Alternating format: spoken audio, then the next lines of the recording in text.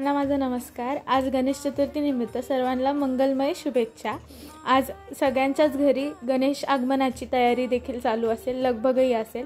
आमच्या घरी देखील चालू होती। इथे आजीने काकांचे पाय धुवून गणपतीचं औक्षण केलं व काकांचं देखील औक्षण केलं। मम्मीने सुद्धा औक्षण केलं। आम्ही आजीला आई बोलतो, सो तुम्ही कन्फ्यूज नका हो। आईने खूप मस्त औक्षण केलं सगळ्यांचं। माझ्या दोन्ही भावांचं देखील औक्षण केलं।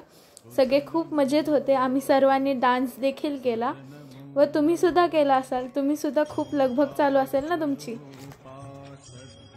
मग आम्ही सर्वांनी फुले टाकून गणपती बाप्पांना घरामध्ये आणलं। घंटी वाजवत शंखनाद करत सर्वांनी गणपतीला घरामध्ये आणलं।